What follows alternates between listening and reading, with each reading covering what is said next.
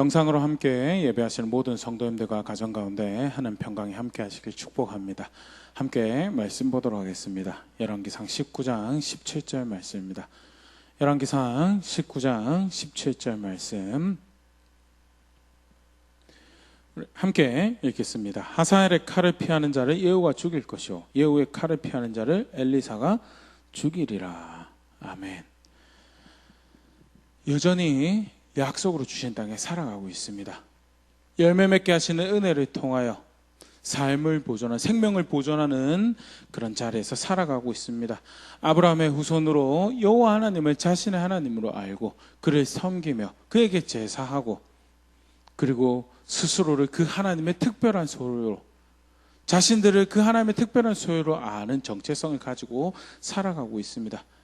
하지만 실제로는 마음에서 하나님을 이미 버려버렸고, 삶에서 하나님 말씀을 존중하지 않고 하나님 말씀, 하나님 법을 떠나서 살아가고 있었던 백성들을 하나님께서 돌이키시기 위해 선지자를 보내셨고, 특별히 북이스라엘의 엘리야와 엘리사를 보내셔서 하나님께서 하나님 백성을 돌이키시는 일을 하셨네요.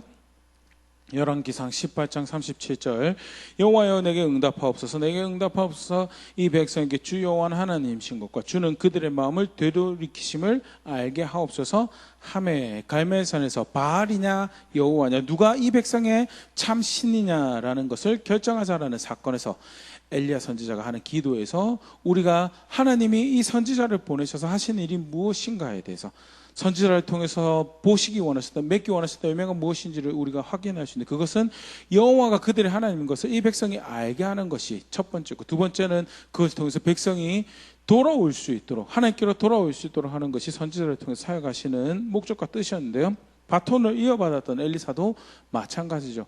가난한 한 가정에 그 아이가 노예로 종으로 팔려가게 된 상황에서 하나님께서 엘리사를 통해서 그 필요를 공급하게 하시고, 그것을 통해서 여호와가 백성의 기업물을 짜이심, 백성의 구원이 되시는 분이심을 보이시는 그런 사건이 있었고요. 또 수넴 여인의 경우에는 아들이 없던 가정에 아이를 허락하시고, 그리고 죽게 된 아이를 살리셔서 생명을 주시는 하나님이심. 과연 누가 삶을, 그 생을 의탁할 만한, 신뢰할 만한 주인이 되느냐라는 것에 대해서 여호와가 생명을 주시는 바로 그 하나님이시다라는 것을 계속해서 보이시는 그런 사역을 하시고, 결국 그래서 돌이키라는 거죠. 이방인이었던 나아만을 치료하시는 것을 통해서 백성의 치료자가 되겠다고 하지 아니하였던가에 대해서 하나님의 말씀을 존중하는 그에게 열왕기하 5장 14절입니다. 나만이 이에 내려가서 하나님의 사람의 말대로 요단강에 7번 몸을 잠그니 그의 살이 어린 아이의 살같이 회복되어 깨끗하게 되었더라. 하나님이 그들을 치료하는 분이 되기 때문에 결국 그 말씀으로 다시 돌아오라라는 것을 나만의 사건을 통해서 보이시고요. 지난주에 열왕기하 7장 16절 17절 말씀으로 함께 살펴봤던 말씀인데요. 백성들이 나아가서 아람 사람의 진영을 노력한지라 이에 고운 밀가루 한 스아에 한 세겔이 되고 보리 두 스아가 한 세겔이 되니 여호와의 말씀과 같이 되었고, 왕이 그의 손에 의지하였던 그의 장관을 세워 성문을 지키게 하였더니 백성이 성문에서 그를 밟으며 하나님의 사람의 말대로 죽었으니 곧 왕이 내려왔을 때 그가 말한 대로라.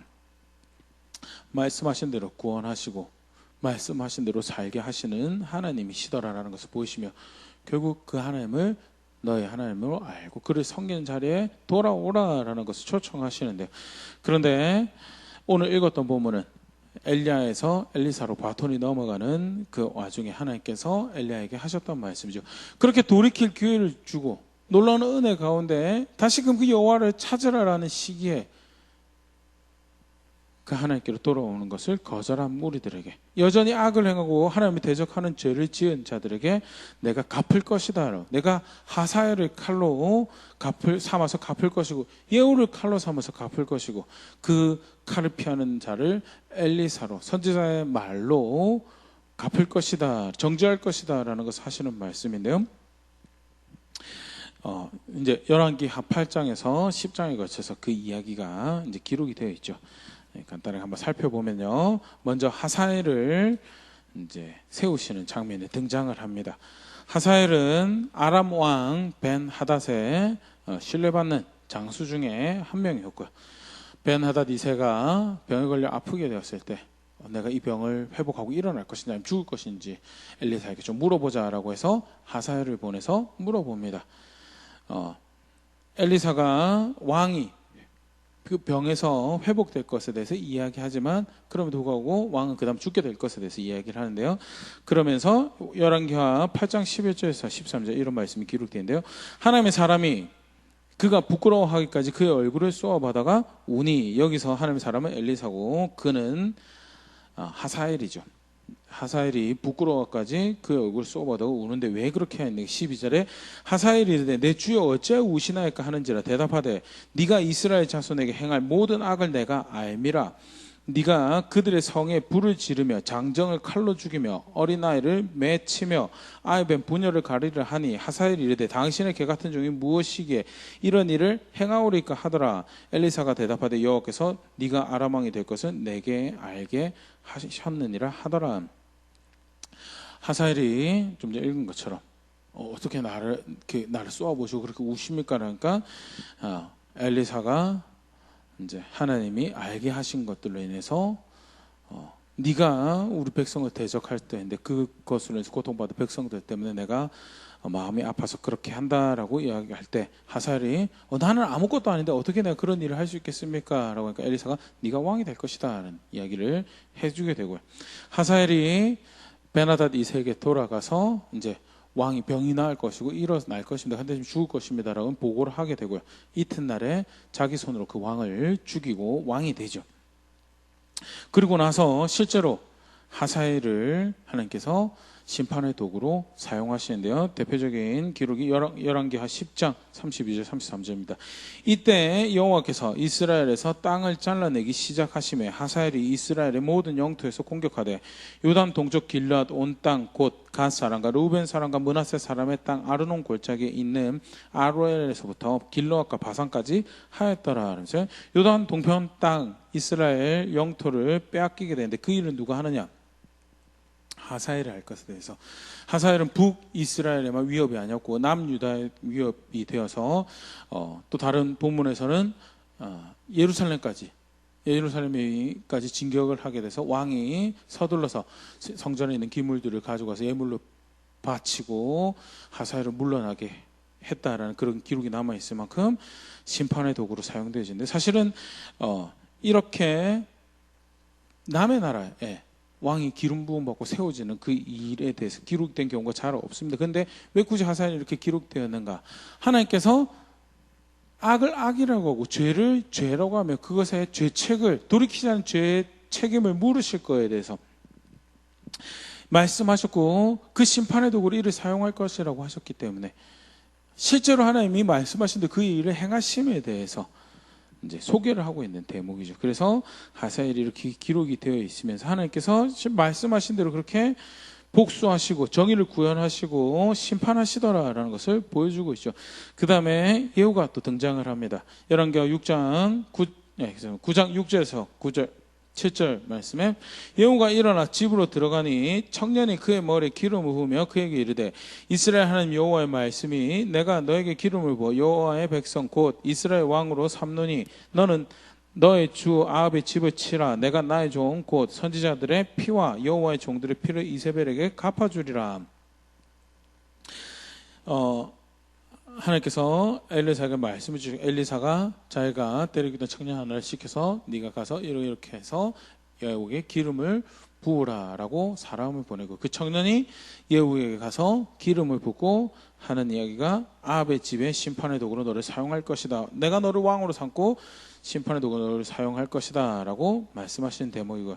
가장 첫 번째 그가 심판의 도구로서 했던 일이 북이스라엘 왕 요람을 죽이고 그 요람을 병문안하러 온 아하시아 왕 남유다 왕을 죽이는 일을 하는데요.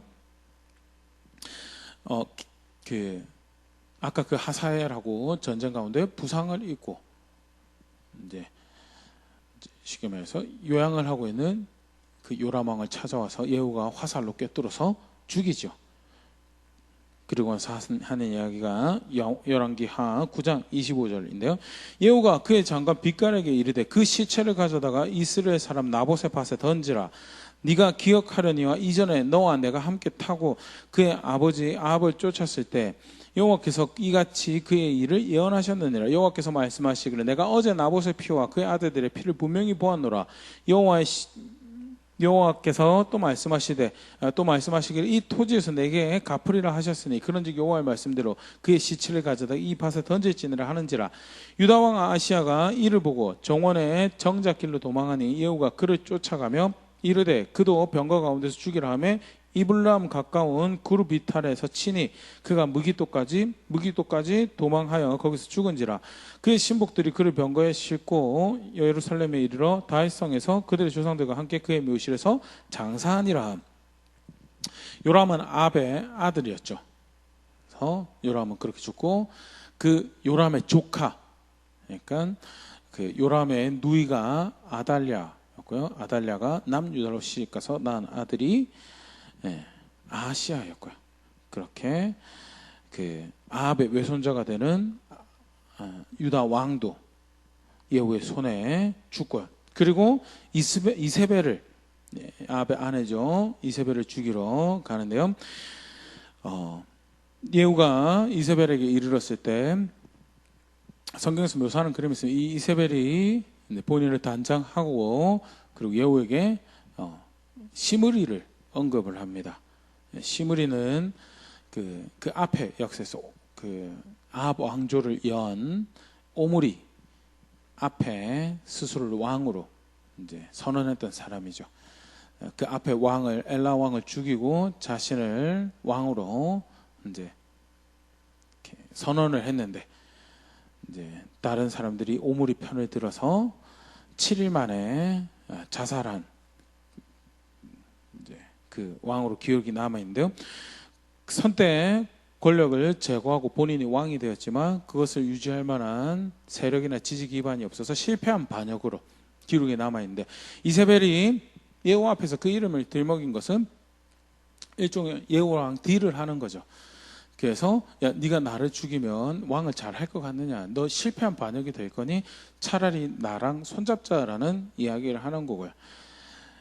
예후가 그때 32절 9장 32절 보면 예후가 얼굴을 들어 창을 향하고 이르되 내 편이 될 자가 누구냐 하니 두어네시가 예후를 내다본지라. 그래서 내 편 될 사람 불렀을 때 말씀대로 두어네시가 예후를 내려보고 예후가 이세벨을 던지라라고 하죠. 33절에 이르되 그를 내려 던지라 하니 내려 던지매 그의 피가 담과 말에게 튀더라. 예후가 그의 시체를 밟으니라. 떨어져서 죽고요. 그리고 예후가 그 시체를 밟고 시신이 훼손되죠. 나중에 예후가 신하들 보내서 그래도 두로 왕의 딸이니까 어떻게 시신을 잘 추려봐라라고 할 때 이미 찾을 수가 없게 되죠. 그게 9장 36절 37절 기록되는데요. 돌아와서 전하니 예후가 이르되 이는 여호와께서 그종 디셉 사람 엘리야를 통하여 말씀하신 바라. 이르시기를 이스라엘 토지에서 개들이 이세벨의 살을 먹을지라. 그 시체가 이스라엘 토지에서 거름같이 밭에 있으니 이것이 이세벨이라고 가르쳐 말하지 못하게 되리라 하셨느니라 하였더라. 이미 하나님께서 말씀하신 그대로 그에게 심판이 임하였던 거예요. 반복적으로 사실 예후가 그 이야기를 하고 있는, 예후가 세력이 강해서, 예후가 힘이 강해서 지금 이 일이 진행되고 있는 것이, 하나님께서 그 이전에 이야기하셨던 대로 그 심판이 지금 이루어지고 있는 것이다라는 것이 성경에서 지금 가르치고 있는 거죠. 거기서 끝나는 것이 아니라 이제 그 예후가 사마리아 성에 있는 관료들한테 그 사람들한테 편지를 보냅니다. 거기 성중에 남아 있는 아합의 아들들을 죽여서 보내면 내가 너희가 나를 이제 받아들이는 걸로 그렇게 알겠다라고, 누구 편에 설 것이냐에 대해서 이야기할 때 사마리아 성중에 있던 사람들이 아합의 친족들을 아합의 아들 70명을 죽이고요, 그와 가까이 있던 관료들을, 그의 편에 섰던 사람들을 다 죽이고 나서 머리를 예후에게 보내죠. 예후가 열왕기하 10장 10절 14절 말씀인데, 그런즉 이제는 너희는 알라 곧 여호와께서 아합의 집에 대하여 하신 말씀을 하나도 땅에 떨어지지 아니하리라. 여호와께서 그의 종 엘리야를 통하여 하신 말씀 이제 이루셨도다 하니라. 예후가 아합의 집에 속한 이스라엘에 남아있는 자를 다 죽이고 또 그의 귀족들과 신뢰받는 자들과 제사장들을 죽이되 그에게 속한 자를 하나도 생존자를 남기지 아니하였더라. 일단 북이스라엘 안에서 아합과 관련된 사람들을 죽임, 특별히 그의 친족들을 중심으로 해서 죽이는데요. 뿐만 아니라 그를 지지하고 따랐던 관료들을 죽이죠. 그리고 남유다에서 아까 제가 얘기 드린 것처럼 아합의 딸이 남유다로 시집을 옵니다. 여호사밧 왕이 굉장히 사실 잘못한 부분이죠. 굉장히 잘못한 거짓된 평화를 바라고 아합과 상당히 이제 친교를 가지려고 해서 그 결과가 아합의 딸을 남유다의 왕실에 받아들이게 되고 결국 아합의 딸이라서 이제 남유다마저도 아합의 악행으로 뒤덮여지는 그런 일들이 발생을 하는데요. 그 아합의 딸이 이제 남유다로 와서 난 아들들이 이제 예후랑 마주치게 됩니다. 그게 10장 12절에서부터 14절 기록되는데 예후가 일어나서 사마리아로 가더니 도중에 목자가 양털 깎는 집에 이르러 예후가 유다왕 아하시야의 형제를 만나 너희는 누구냐 하니 대답하되 우리는 아하시야의 형제라. 이제 왕자들과 태후의 아들들에게 문안하러 내려가노라 하는지라. 이르되 사로잡으라 하매 곧 사로잡아 목자가 양털 깎는 집 웅덩이 곁에서 죽이니 42명이 하나도 남지 아니하였더라. 아하시야의 형제 중에서도 이쪽 아합의 친족들이죠. 남유다의 아합의 친족들도 이렇게 예후의 손에 죽는 일이 이렇게 발생을 하게 된 하나님께서 심판하시겠다 하신 대로 그대로 심판하시는 것이 이제 기록이 되어 있습니다. 그뿐만 아니라 바알 숭배자들도 죽이는데요. 예후가 계략을 하나 냅니다. 계략을 하나 내서 이제 바알을 이세벨과 아합과 함께 섬겼던 자들은 또 아합의 아들들과 함께 바알을 열심히 섬겼던 자들은 그죠? 이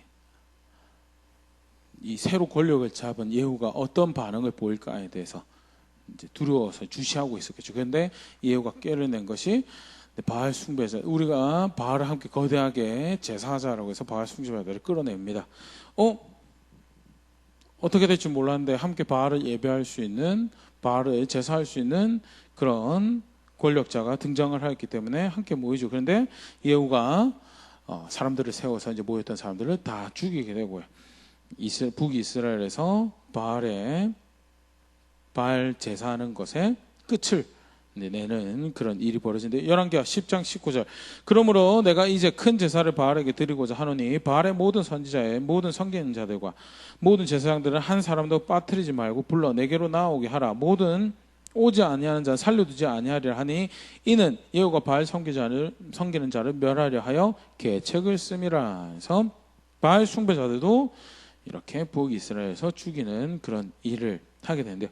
하사엘을 칼로 사용하시고 예후를 칼로 사용하셔서 우리가 오늘 읽었던 본문처럼 엘리야에게 말씀하셨던 것처럼 죄 있는 자에게 그 죄를 물을 것이다. 악을 행한 자에게 그 악이 여호와 하나님을 대적하는 큰 잘못이었으면 그 책임을 물을 것이다 라고 하신 것에 대해서 하나님께서 그렇게 정의를 행하시고 심판하시고 복수하시는 그런 말씀이 8장에서부터 쭉 기록이 되어 있는데요.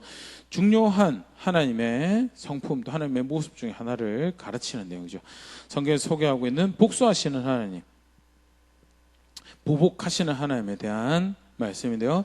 하나님께서 복수하신다는 것은 먼저는 세상을 심판하실 권위와 능력이 하나님께 있음을 가르치고 있습니다. 시편 94편 1절 2절 시편 기자의 노래에도 그것이 소개되어 있는데요.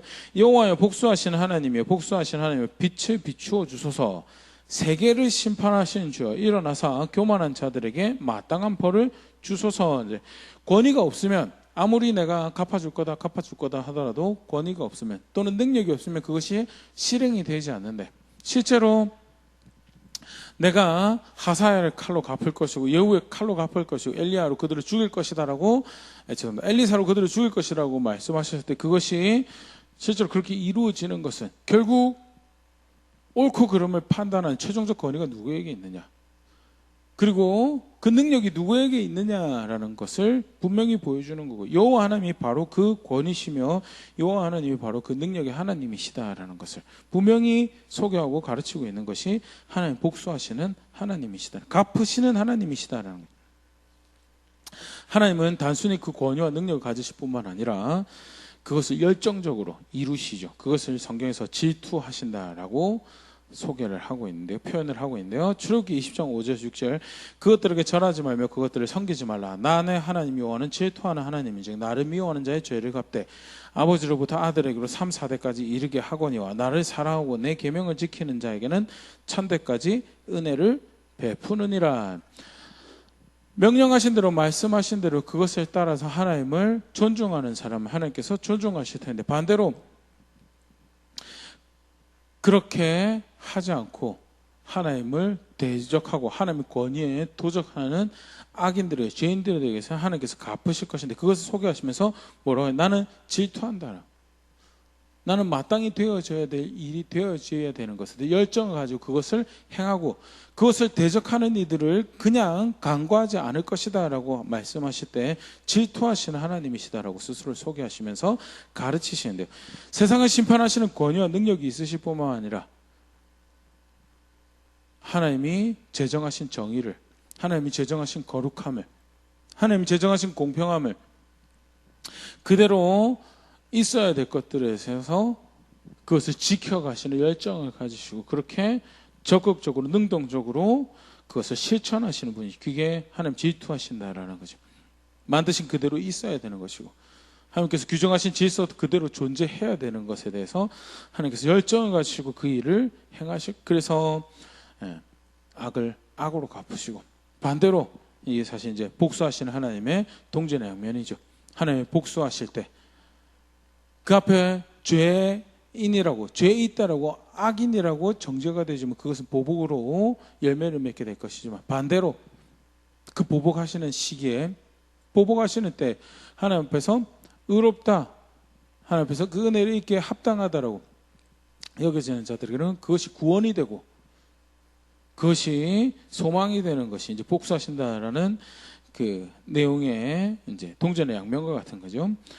하나님은 그 일을 열정적으로 하시고, 그래서 사랑하는 자에게는 사랑으로 갚으시고 은혜로 갚으시고 죄인에게는 벌로 그 죄의 책임을 묻는 것으로 갚으실 것이다 라는 것이 복수하시는 하나님이시고, 또 사실 그것을 통해서 가르치시는 것은, 그렇게 하나님 백성은 사안과 사건과 대상에 상관없이 언제나 죄를 기뻐하는 것을 하지 말라라는, 어떤 형태로든 죄를 기뻐하고 죄를 하나님 대적하는 자리에 서는 것은 금하시는 것이, 왜? 그렇게 될 경우에는 하나님의 복수의 대상이 되고 하나님 심판의 대상, 하나님 보복의 대상이 될 것이기 때문에, 나훔 선지자를 통해서 가르치신 말씀인데, 여호와는 질투하시며, 나훔 1장 2절 3절 말씀입니다. 여호와는 질투하시며 보복하시는 하나님이시니라. 여호와는 보복하시며 진노하시되 자기를 거스리는 자에게 여호와는 보복하시며 자기를 대적하는 자에게 진노를 품으시며, 여호와는 노하기를 더디하시며 권능이 크시며 벌받을 자를 결코 내버려 두지 아니하시느니라. 여호와의 길은 회오리 바람과 광풍에 있고 구름은 그의 발에 티끌이로다. 아멘. 거스리는 자를 그냥 두시지 않으시고 대적하는 자를 그냥 두시지 않으시고, 아합이 다스리고 있었는데요, 나라가 꼴이 그 모양인데 여기서 그래도 좀 나름 누리고 살려면 어느 정도 아합의 편도 들어주고 이세벨 편도 들어줘야지, 그리고 그들의 정책에 동의하여 살아가야지, 그게 사는 길인데요, 그게 행복을 추구하는 거, 그게 성공을 추구하는, 어떻게 해서든 그래도 그 사회 가운데 삶이 될 만한 것에 우리 가정을 의탁하는 방법인데요, 아니죠. 하나님께서 복수하신다라는 것은요, 사안과 사건과 대상에 상관없이 하나님이 대적하는 죄는 언제나 죽음이다는, 시간이 우리가 계산하는 시간과 좀 달리 그것이 발생할 수 있죠. 아합의 경우에 자기 생전에 사실은 이 심판이 임했던 것은 아니죠. 하지만 예후를 통해서, 하사를 통해서 심판이 임하셨을 때 다시 확인되는 것은, 아합은 악했다, 아합은 망한 자다, 아합의 후손들은 망한 자들이라. 반대로 그 가운데 순전함을 지켜갔던 자들에게는 무고하게 죽은 것 같은데, 어리석게 죽은 것 같은데 실제로 그게 승리하는 것이, 그게 성공하는 걸음이었구나라는 것이 확인이 되어진 거예요. 그것을 분명하게 가르치며 어떤 상황과 사건에 상관없이 죄를 기뻐하는 것은 망하는 게, 왜? 하나님 꼭 갚아주실 것, 꼭 보복하실 것이기 때문에 분명히 그것을 가르치는 것이요, 하나님이 복수하신 분이시다라는. 반대로 그렇기 때문에 순종으로 주를 기다리는 자에게는 결국 그것이 승리하는 길, 그것이 구원을, 그것이 은혜를 실제로 바라는 모습이다는. 이사야 61장 1절 3절 말씀 보면요, 주 여호와의 영이 내게 내리셨으니 이는 여호와께서 내게 기름을 부으사 가난한 자에게 아름다운 소식을 전하게 하려 하심이라. 나를 보내사 마음이 상한 자를 고치며 포로된 자에게 자유를, 갇힌 자에게 노임을 선포하며 여호와의 은혜의 해와 우리 하나님의 보복의 날을 선포하여 모든 슬픈 자를 위로하되 무릇 시온에서 슬퍼하는 자에게 화관을 주어 그 죄를 대신하며 희락의 기름으로 그 슬픔을 대신하며 찬송의 옷으로 그 근심을 대신하시고 그들이 의의 나무와 곧 여호와께서 심으신 그 영광을 나타낼 자라 일컬음을 받게 하려 하심이라. 여호와의 날이 도래하였을 때, 하나님의 날이 도래하였을 때, 그렇게 하나님의 나라가 선언질 때 그게 여호와의 영이 임하신다라는 거죠. 그때 복음이 전해지고 상한 자를 고치시고 슬퍼하는 자에게 기쁨을, 찬송을, 그리고 다시 그 정체성을 회복해서 영광을 나타내자 일컬음을 받는 그런 일들이 일어날 것인데, 그렇게 은혜가 선언되어지고 은혜가 주어지는 것과 더불어서 벌어지는 일이 뭐냐? 보복의 날이 선포될 것이다. 죄 있는 자를 죄 있다 할 것이다. 반대로 죄 있다라는 것이 선언되어질 때 동전 양면에 선언되어지는, 그게 바로 은혜 입을 자에게 은혜가 임하는 시간이다. 실제로 예수님께서 오셨을 때, 하나님 나라를 선언하셨을 때 그 마음에 하나님을 존중하고, 그래서 하나님 말씀에 겸손히 순종하여 살아가는 모든 이들은 예수님을 영접할 수 있고 예수님 받아들일 수 있었고요.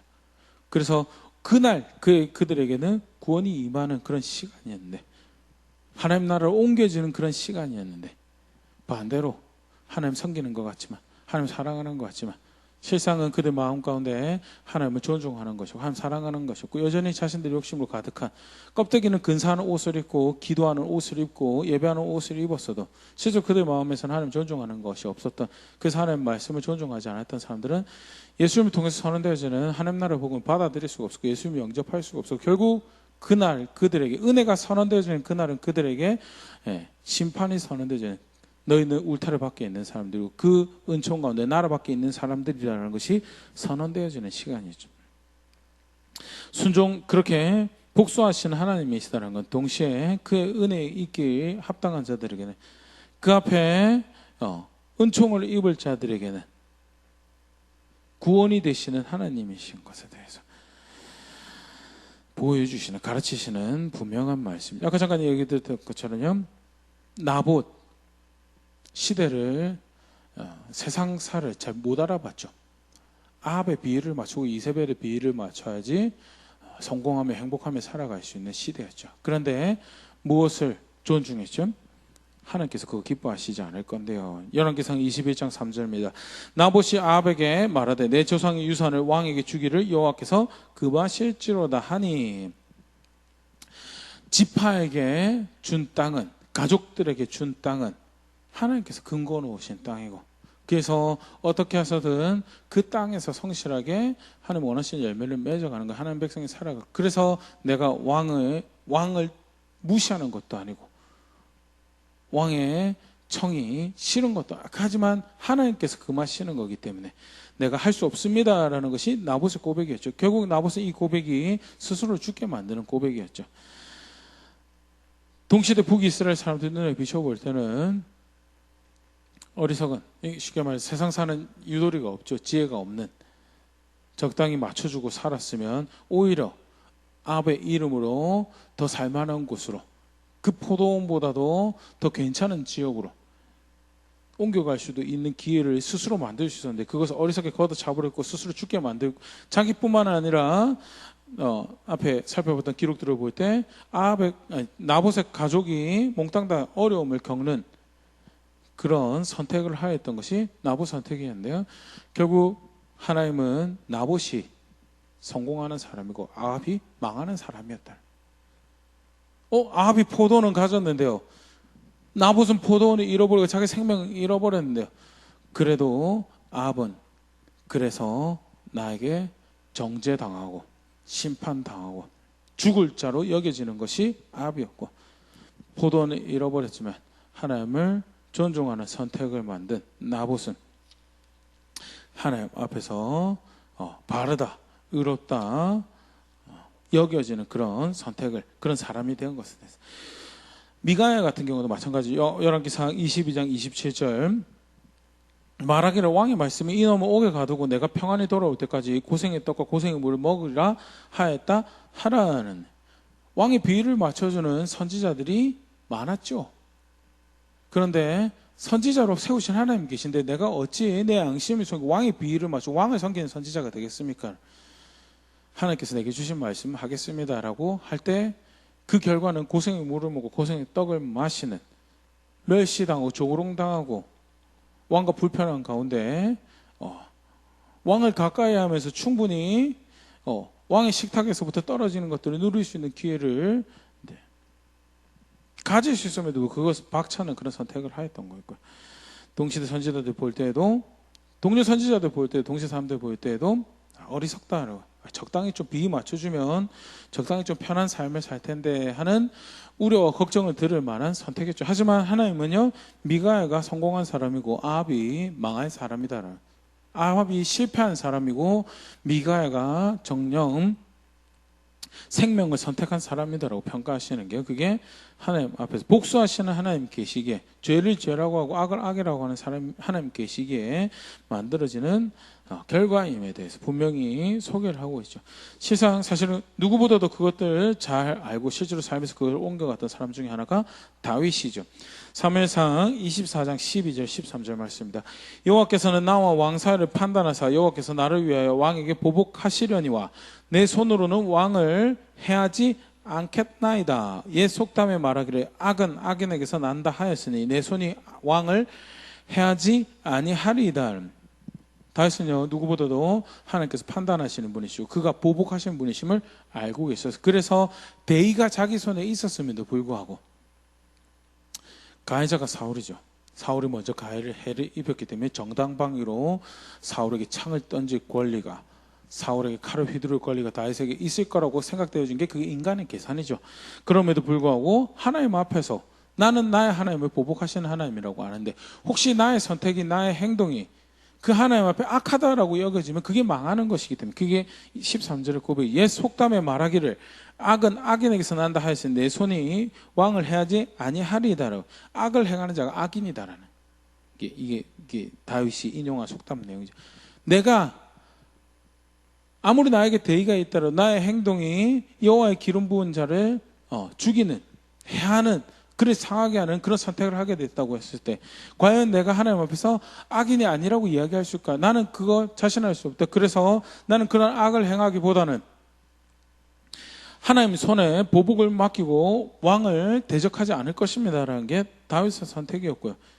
분명한 그의 이해 가운데 그가 알고 있었던 하나님은 보복하시는 하나님이시고 심판하시는 하나님이시고 갚으시는 하나님이시고 정의의 하나님이시고 그 권위와 능력이 한이 없으시는 거룩하신 분이시다라는 것을 알고 있었던 것을 볼 수 있고요. 이런 다윗의 고백은 실제로 오늘 우리가 살아가는 자신의 하나님을 보복하시는 하나님을 아는 우리가 살아갈 때 무엇이 그 하나님을 아는 신앙인가에 중요한 힌트를 주고 있는 말씀이죠. 성경은 그렇게 도전하고 있습니다. 그래서 하나님께서 복수하시는 하나님이시기 때문에, 하나님께서 심판하시는 하나님, 어떠한 경우에도 하나님 백성은 그 하나님 앞에서 심판의 자리에 서서는, 보복당할 자리에, 복수당할 자리에 서서는 안 되고, 그것은 자신의 하나님, 복수하시는 하나님으로 알지 못하는 거다. 그렇기 때문에 악을 악으로 갚지 말고 선을 악으로 갚고, 오히려 원수가 줄일 때, 로마서 12장 19절 21절 말입니다. 내 사랑하는 자들아 너희가 친히 원수를 갚지 말고 하나님의 진노하심을 맡기라. 기록되었으되 원수 갚는 것이 나에게 있으니 내가 갚으리라고 주께서 말씀하시니라. 너의 원수가 줄이거든 먹이고 목마르거든 마시게 하라. 그리함으로 네가 숯불을 그 머리에 쌓아 놓으리라. 악에게 지지 말고 선으로 악을 이기라. 어떻게 일이 가능한가? 하나님이 원수를 갚으시는 분이시죠. 하나님께서 보복하시는 하나님이시기 때문에 하나님 대적하는 죄를, 하나님을 거스리는 죄를, 악을 그냥 지나가시는 분이 아니시기 때문에 혹여 내가 어설프게 보복한다고 하는 게, 내가 어설프게 복수한다고, 내가 어설프게 정의를 구현한다고 하는 것이 그 하나님을 대적하는 자리에 이르게 되면, 실제로 사실은 이제 복수를 행하는 경우에 그런 오류를 많이 범하죠. 예후 같은 경우도 사실은 그런 오류를 범하죠. 아합의 집에 대해서는 심판을 하나님께서 명하신 부분이 하는데 그 외에 불필요한 피를 더 많이 흘리죠. 다른 사람, 그 관련된 사람들을 몽땅 다 죽이는 가운데 다른 관료들도 죽이게 되고 하는 그런 부분에서 많은 피가 흘려지게 되고요. 하나님이 그 부분은 옳지 않다라고, 정의롭지 않다라고, 예후 역시 보복하시는 하나님 앞에서 죄가 있다라는 그런 판단을 받게 되죠. 느부갓네살 왕 같은 경우에도 하나님께서 남유다의 심판의 도구로 사용하시지만 그가 그 정의를 하나님께서 심판의 도구로 사용한 그 이상으로 폭압과 폭력을 행하고 하나님 백성을 억압하는 그런 선택을 하게 되고, 하나님께서 너도 그러면 내 심판 앞에 옳다 인정받지 못하기 때문에 심판받을 거다. 아수르도 사실 마찬가지고, 하나님께서 심판의 도구로 사용하시는 경우에서 사람이 하나님의 정의를 왜곡하는, 내가 정의를 구현한다고 할 때 정의를 왜곡하는 그런 경우들이 많이 발생을 하고, 그러기에 어설프게 복수하는 것보다는 차라리 악을 행하지 않기 위해서 필사적으로 어떤 상황이든 어떤 사건이든 악을 행하지 않고, 무엇이 악을 행하지 않는 거고 무엇이 하나님께서 기뻐하시는 걸까에 대해서 최선의 것을 선택하는 사람들이 하는, 그것이 자신의 하나님을 심판하시는 가장 정의로우신 분으로, 그리고 단 한 번도 죄와 타협한 적이, 악과 타협한 적이 없으신 보복하시는 하나님으로 아는 신앙의 모습이, 그러기에 신약교회에 편지하면서 바울도 여전히 그 여호와 하나님을 섬기는 백성에게 이런 삶이 바로 그 신앙을 고백하는 믿음의 고백이고 그게 믿음이다라는 것을 가르치고 있는데요. 오늘 말씀 간단하게 보복하시는 하나님에 대해서 다시 한번 더 쭉 살펴봤는데요. 한번 돌아볼 수 있으면 좋을 것 같습니다. 8장에서 10장 어떻게 보면 조금 긴 내용이 되시지만요, 하나님께서 하사엘을 말씀하신 대로 그렇게 세우시고 예후를 세우셔서 분명하게 구체적으로 어떻게 보면 조금 수위가 높게 굉장히 뭐죠? 피가 많이 기록이 되어 있는 그런 내용이지만요, 굳이 그런 내용을 자세하게 기록하시면서 무엇을 가르치시고 무엇을 보여주시려고 하시는 건가? 내가 갚겠다고 하지 않았던 것, 내가 심판하겠다고 하지 않았던 것, 바로 내가 그렇게 심판한다. 내가 그렇게 죄를 죄라고 하고 악을 악이라고 하는 하나님이다라는 것을 분명히 보여주시고요. 그러기에 말씀을 받는, 그 사건을 목도하는 백성들에게, 말씀을 받는 우리에게 어떻게 살 것을 결정할 것을 도전하시는 말씀이죠.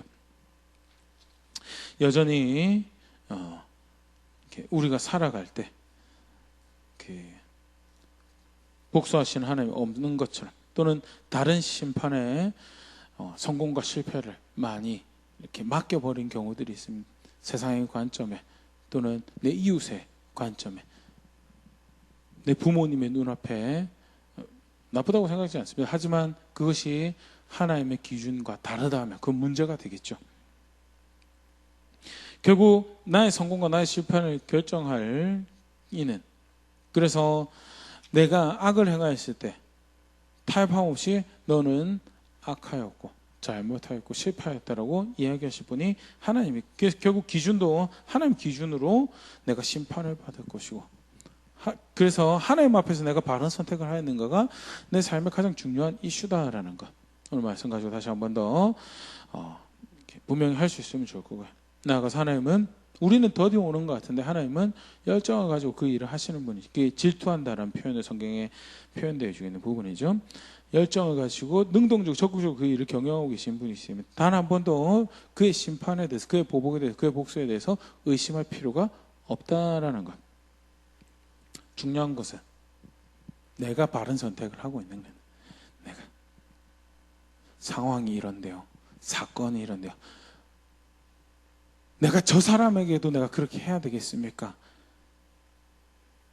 다윗처럼 억울한 심정이 생길 수 있는 그런 관계들, 사건들, 상황들 도처에 있죠. 그런데 자신의 하나님을 보복하시는 하나님으로, 정의로우신 하나님을 심판하시는 그 심판이 엄위하신 정의의 하나님으로 안다면, 보응하시는 하나님으로 안다면, 그러면 그 하나님의 백성이 선택할 옵션은 그리 많지 않다는, 무엇이 그의 보응을 면하고 무엇이 그가 보시기에 기뻐하시는 것을 선택하는 걸까요? 무엇이 그의 마음이 있는 선택이고 무엇이 그가 즐거워하시는 선택을 내가 하는 것인가에 대해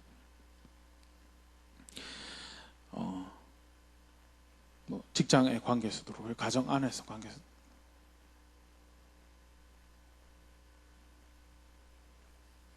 감정을 쫓아서 또는 느껴지는 감각을 쫓아서 이 정서적 카타르시스를 위해서 선택해버리면